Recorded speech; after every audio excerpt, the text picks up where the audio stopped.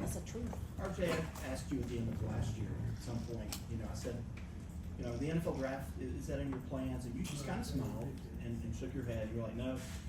And it seemed like maybe that wasn't a realistic possibility for you. But now you've put in all of this work. You've put all these great games on tape that senior year. What is that like to change that outlook for you to where maybe not so much to now, but great shot? Yeah, I mean, I always believed in myself. And to be honest, a lot of people didn't really believe in me. I feel like I was always kind of under, the guy who's overlooked, why is he so slept on, undervalued, underrated, the most underrated guy, all that stuff. And I never really paid any attention to that. I heard it all. I wasn't listening to it, and I just worked. And I feel like I really got a chance because regardless of what writers say and media says, I know my value, and I've always known my value, regardless of what the polls say and the mocks and all that stuff. I know what's real, and I'm just glad that the NFL gave me a chance to go compete at the combine and just show what I can do compared to all the guys who they say are better than me. So I just like a fair opportunity. I feel like I got a chance to display what I can do there, and I feel like I tested well. I feel like I could have done better, and I'm just thankful. I'm really just thankful. I feel like God has a plan for me and my journey, and I'm just thankful that I got to live out one of my dreams and going to the combine. One of the things that sort of shows up on tape, I go back to that Pitt game. It's late in that game, and I'm watching you coach D. Creighton and some of the other younger guys that were having to play a big role, even though he's a linebacker. You were out there being the field general. Do you think people see that? Yeah. I mean, and maybe people on the outside don't see that, but I know coaches know. I know my coaches know. I know scouts know. I know teams know, and all that stuff doesn't go unnoticed. People who really watch and know the ins and outs. Appreciate things, small things like that may not get posted or stuff. So I'm just really thankful for this opportunity. So your ability to read the field and create turnovers has been a key part of Clemson's defense. What do you believe separates you from other safeties in your draft class? I really feel like it's my preparation. Just the way I break down film, the way I study, just the way I go throughout my weeks during the season and even in the off season. I feel like every day is going to count on that day, whenever that is. So the first game of the season, first day of rookie OTAs, training camp, all that, mini camp, rookie mini camp, first day of all that stuff. All the days prior to that count on that day. So today counted for that day. Tomorrow's going to count for that day. And I just don't overlook any days. I don't take any opportunities for granted. Any day I can breathe, I can get better at what I do. This is my job. It's been my job, but now it's officially a business, and you're getting paid for it for real. So outworking my competition every single day. I feel like that's what gives me an edge, and of course my mental capacity and knowledge of football. I feel like it's better than any safety in this draft class. I feel like I'm the smartest safety in this draft class, and I'm willing to stand on that. But also I know what I need to get better at, and there's a lot of things I can get better at. So just having a humble approach and also knowing your value and your worth, and I feel like that's what separates me. Thank you. Is your dad gonna help during this process, being a professional himself? Yes. Just having my dad in my corner has been nothing but a blessing. Just having him going through this process, he went to the East-West Shrine game, he did the combine, did pro day, got drafted 3rd round.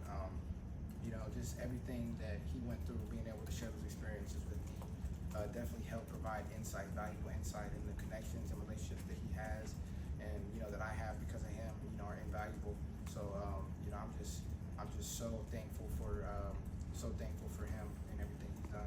Is there any particular piece of advice he gave to you at this point? Yeah, just control what you can control.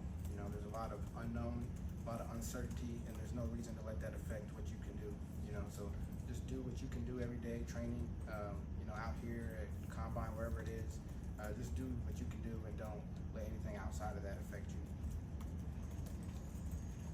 Take a couple more for RJ if you'll have them before we go to Bear. I guess one of the questions maybe going into the combine was your speed. To run that 4.5 40. How meaningful was that kind of aspect of that? Yeah, it actually got dropped down to a 4.49 official, so I was very happy about that, 100th of a second.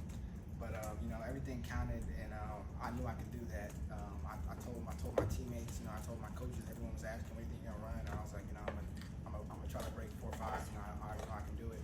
And you know, everyone thought I was slow. You know, everybody. I don't think anybody expected me to run that fast. Not even you know, some of my own friends and stuff. You know, people. I don't know why. I don't know why, but I've always been overlooked and underestimated. So you know, it was great to be able to officially put some things out there. You know, just to you know make a statement. RJ Mickens used a lot and said a lot around here as brothers and following the footsteps of all these great defensive backs at Clemson and moved on to the next level. How does it feel knowing that it's kind of your turn and kind of leading the way for the generation coming behind you? I mean, just explain your mindset that now have your chance a month away from seeing where you go. 32 teams, going to give you one of them will give you an opportunity. Just what's your mindset knowing you're the next in line of all these great secondary players here? Yeah, just you know, trying to be a great example, you know, for those that come after me. You know, I feel like that's what it's all about. You know, passing down and living out your dreams, but also helping those you care about and other people reach their dreams too. So being able to, you know, if Khalil or Avion or Kylan or somebody has a question and they ask me, you know, what was it like, or what questions did they ask you, or what you expected. So being able to pass down that knowledge, you know, I feel like that's just not a thing but a trait. You know, I feel like it's a trait that's very important. You know, being selfless and willing to give. You know, I feel like having a giving heart goes a long way. You know, outside of football. So just being able to, you know, pass the torch and help those guys any way I can while reaching my goals, setting a great example and doing what I've got to do to help them. You know, is really what it's all about. So helping myself and helping others. You know, I feel like it's big. About how many teams have you met with, and any that you've met with like multiple times, or seem to be showing some extra interest in you? Yeah, I feel like I've met with almost every team. You know, I'd probably say like 30 teams or so, and they all went really well. All the meetings went really well. I feel like they all know the type of person I am.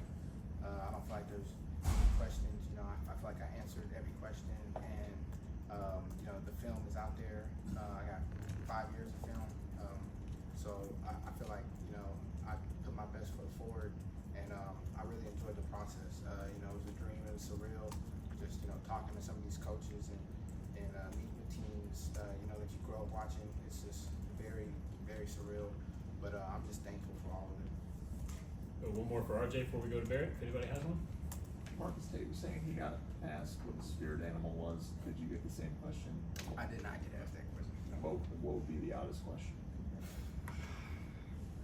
I say a tiger.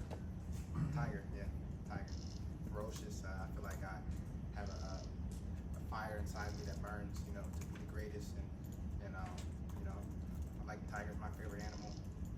Clemson. You know, ironically, Clemson Tigers. But you know, I just feel like that kind of describes me. So. Awesome. Thank you so much, RJ.